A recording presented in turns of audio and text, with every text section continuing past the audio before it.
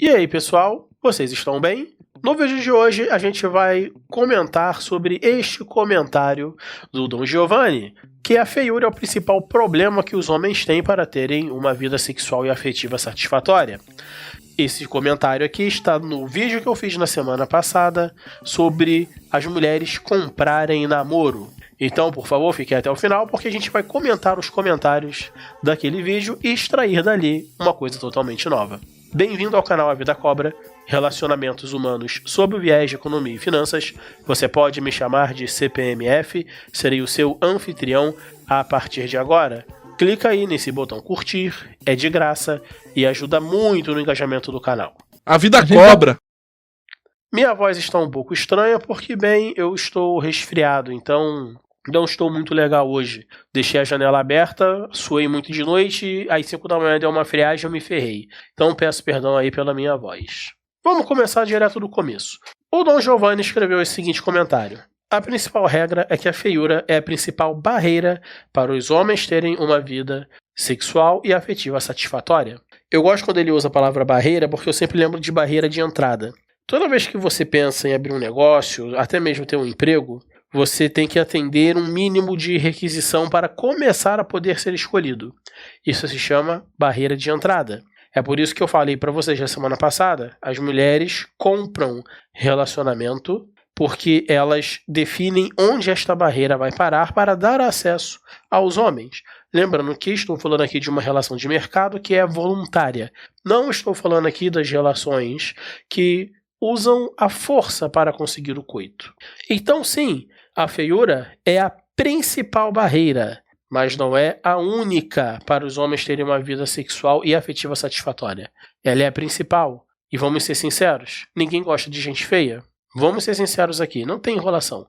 Gente feia não vende, todo mundo sabe disso. A maioria das pessoas bonitas que você vê nas capas de jornal e revistas estão lá porque as pessoas gostam de olhar para o bonito e têm nojo e raiva do feio. Então significa que um homem feio, ele sim vai ter problemas para ter uma vida sexual e afetiva satisfatória, e eu desconfio que ele vai ter muito mais problema para ter uma vida afetiva satisfatória. A vida afetiva é aquela relação de confiança que o homem vai ter com a mulher, e como que eles vão se estabelecer como família depois de um tempo.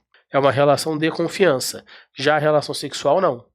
É uma relação de momento, não é baseada em emoção. O que significa que, para um homem, esse jogo de você ser feio, você tem que saber jogar com as regras que você tem. Eu falei no último vídeo que o homem ele tem o poder do casamento. Ele compra casamento. Enquanto a mulher, ela vai comprar o namoro.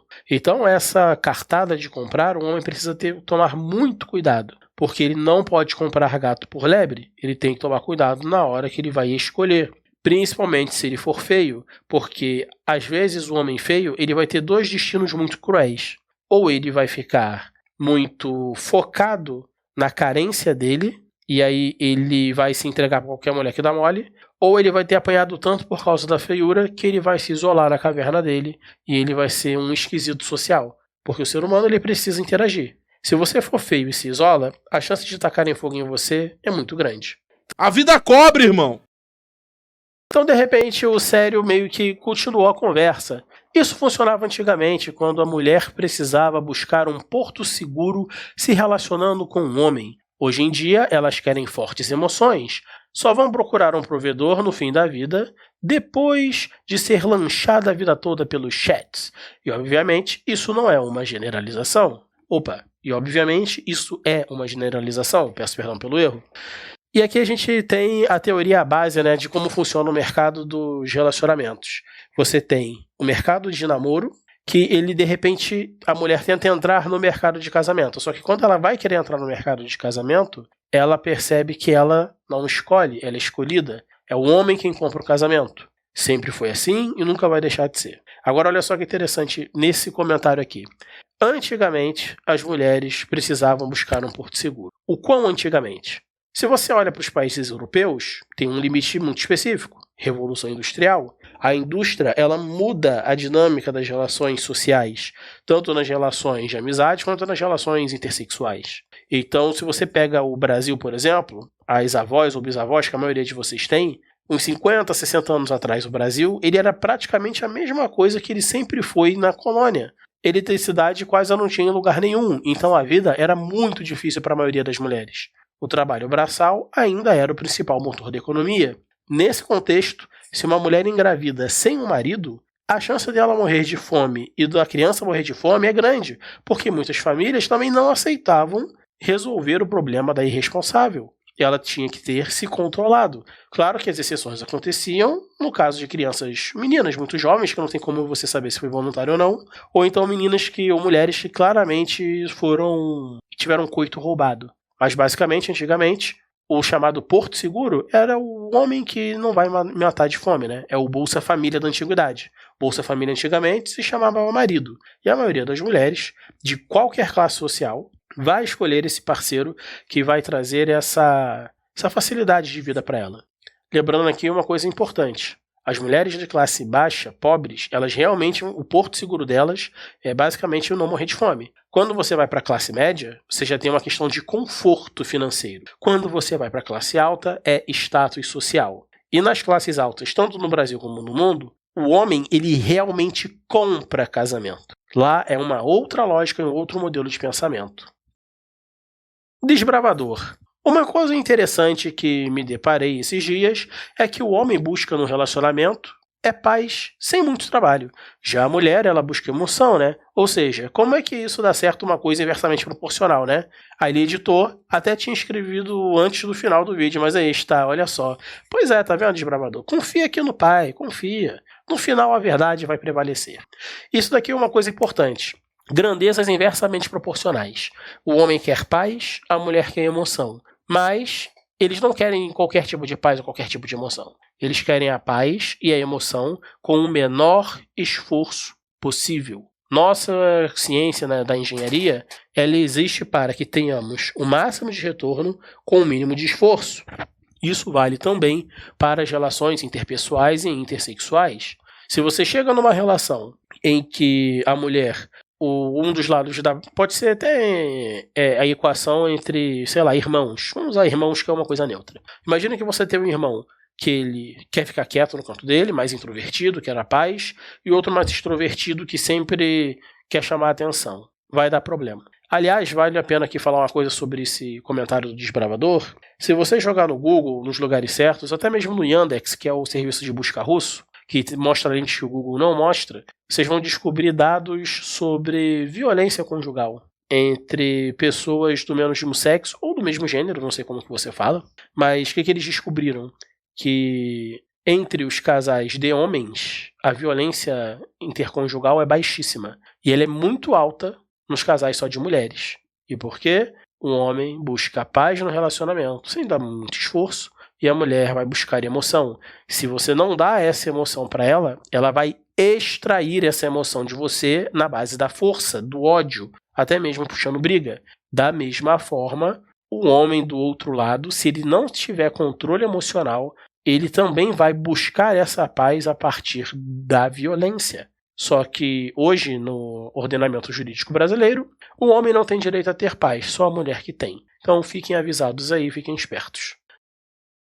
Demesofetamenos. Foi difícil falar esse nome, hein? Essa distinção entre namoro e casamento parece ser bem óbvia, porém na Manosfera BR costuma-se misturar as coisas. Na Manosfera BR é dito que o homem tem a chave do relacionamento, só que misturando namoro com casamento. Valeu, CPMF, ótimo vídeo. Muito obrigado, Demesofetamenos. Esse aqui é um parceiro aqui do canal, sempre está comentando nos vídeos. Muito obrigado pela sua participação. E aqui entra uma questão, né? Eu estava vendo outro dia.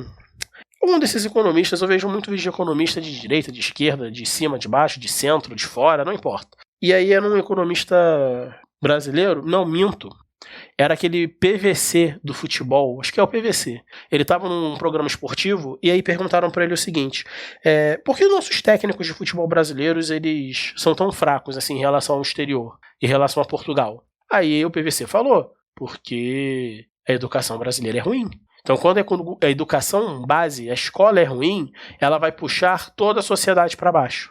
E, infelizmente, você vai ver esse mesmo efeito dentro da Manosfera BR, ou como eu gosto de chamar, a esfera dos homens. Você vai ver isso acontecer.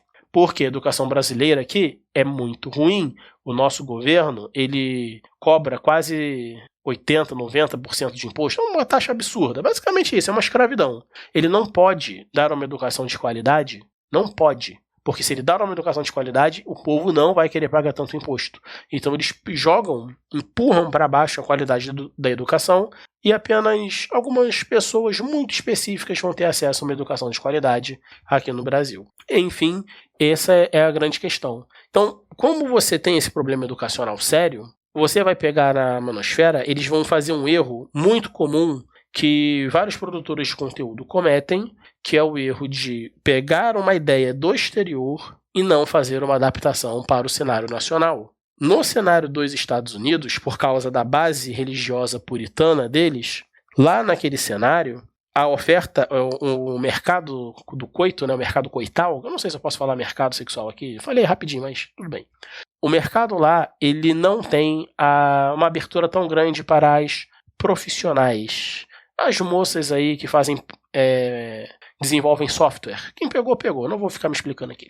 Então lá, como não tem muita desenvolvedora de software, os caras têm que pagar mais caro, então eles têm que vender namoro, têm que vender um compromisso. Eles têm que fazer isso lá. Quando você vem aqui pro Brasil, o negócio é diferente.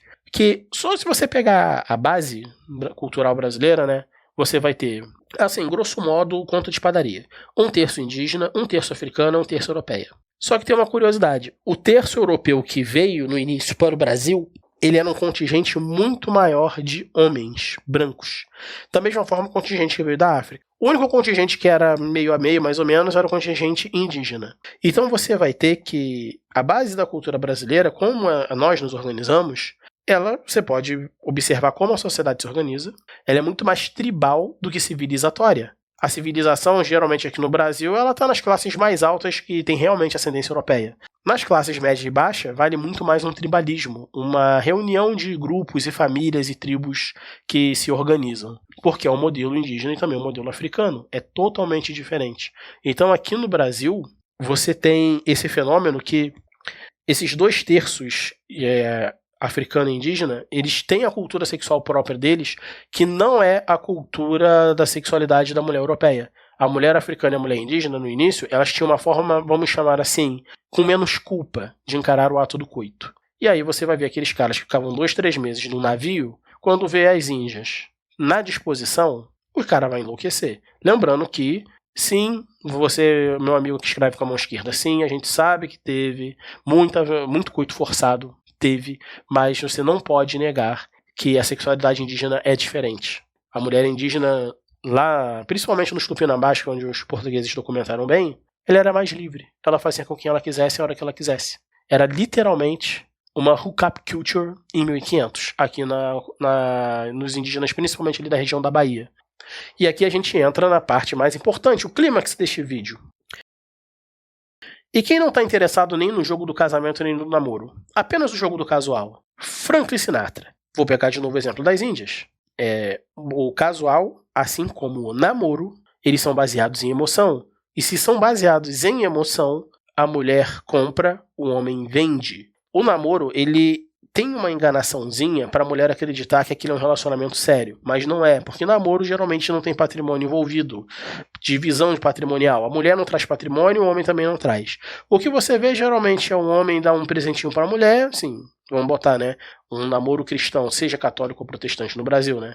O cara dá uns presentinhos, a mulher deixa ele dar uma roçadinha nela, dá uns beijinhos e aí segue a vida. Não é igual o casamento que o grosso do dinheiro basicamente para sustentar a casa, é outra regra. Então, tanto o jogo do namoro quanto o jogo do casual, eles são baseados em emoção. Lembrando que o casual, aqui no Brasil, ele é chamado assim, mas nos Estados Unidos é a hookup culture, que basicamente é uma referência a como os cachorros cruzam.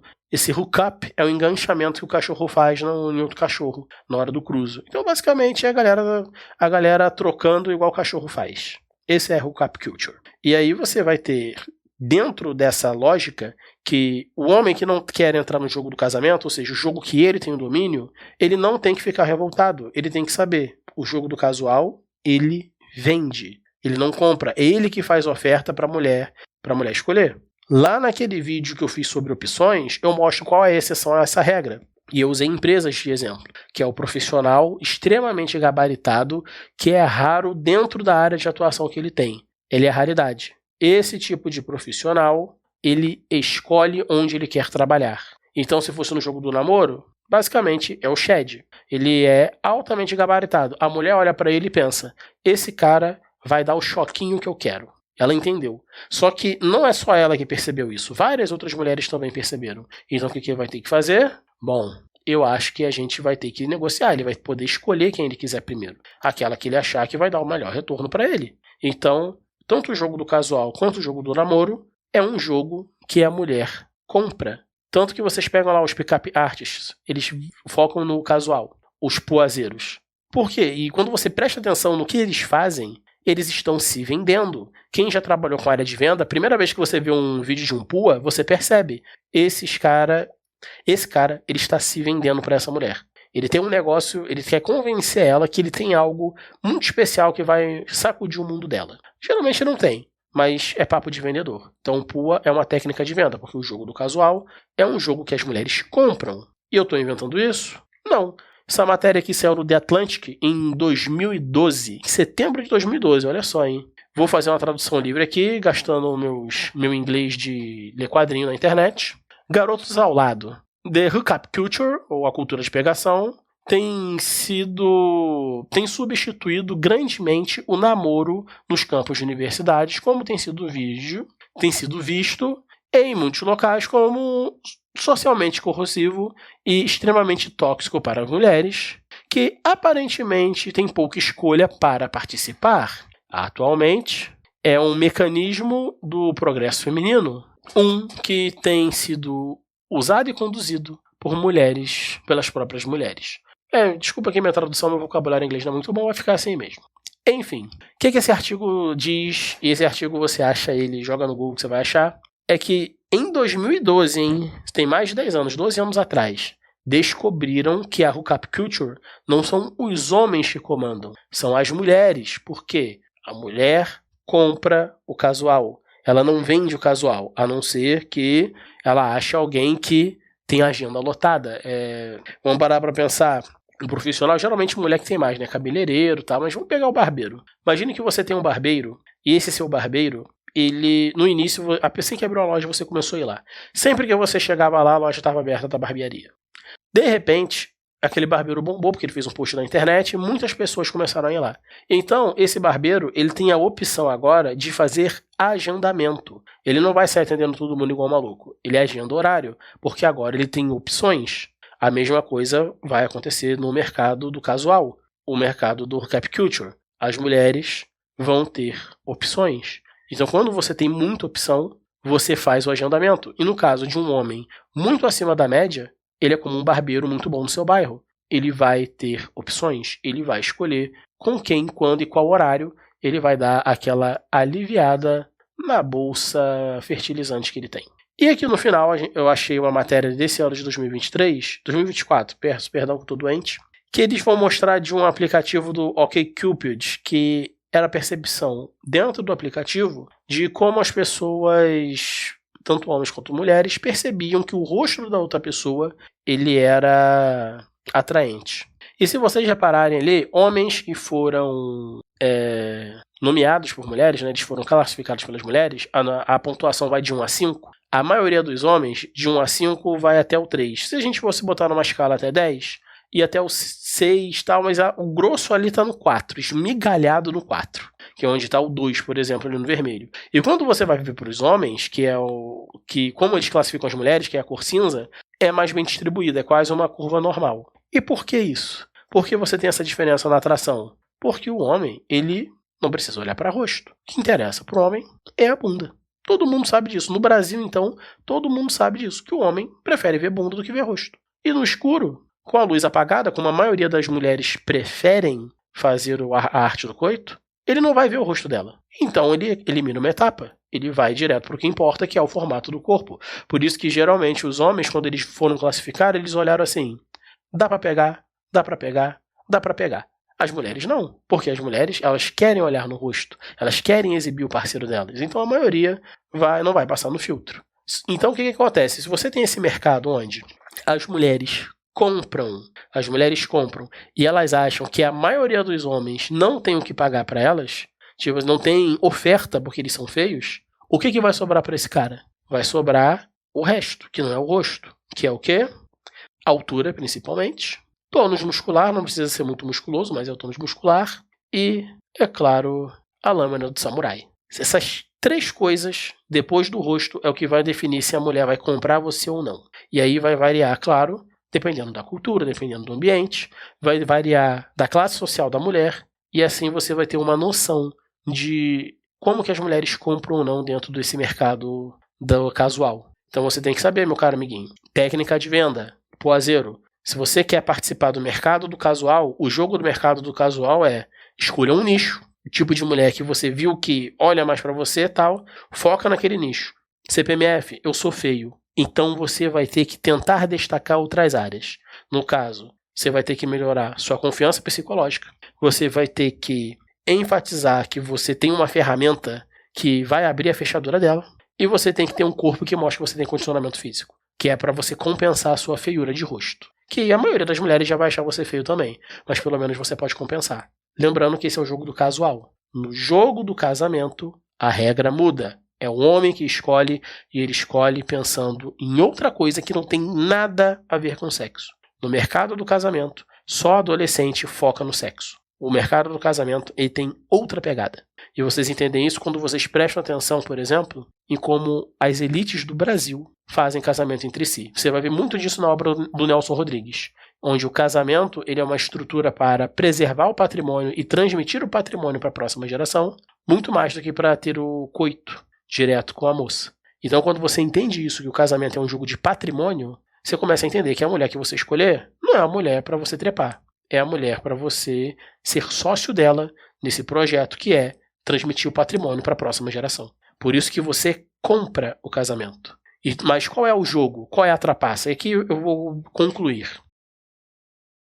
A trapaça é que no meio do caminho inventaram o mercado de namoro. O mercado de namoro ele serve para amolecer o seu coração. E quando você perceber, quando você vê, você abaixa a sua régua. Ah, a menininha maneirinha, ela gosta de mim, eu gosto dela, faz um coitinho legal, faz uma comidinha, vou casar. E aí, esse mercado do namoro, ele quebra a sua resistência e aí você vende o casamento a um preço muito baixo. Vendo não, minto, você compra um casamento num preço muito alto. A mulher, ela vai vender o casamento para você num preço muito alto. Você vai se ferrar, porque você compra o casamento. Se você quiser se casar, a demanda é sua. A mulher tem que te oferecer o casamento. Então, o mercado de namoro ele existe para trapacear o mercado de casamento.